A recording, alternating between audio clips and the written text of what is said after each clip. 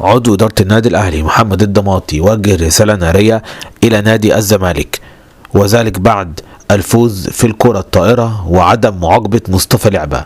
كتب محمد الضماطي على حسابه الرسمي: عمر ما التفاخر بقلة الأدب هيوصلك لحاجة.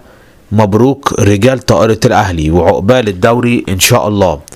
طبعا اللي حصل من إدارة الزمالك ده تجاه مصطفى لعبة ولم يعاقب لاعبه، ده يخلي بعد كده مفيش ولا حد من الزمالك يقدر بعد كده يقول ان إدارة الأهلي لازم تعاقب أي لاعب عندها في حال أي لاعب من الأهلي أخطأ في حق الزمالك أو أي حاجة. مستحيل بعد كده خلاص يكون نادي الزمالك دول ليهم عين بعد كده يتكلموا عن القيم والمبادئ.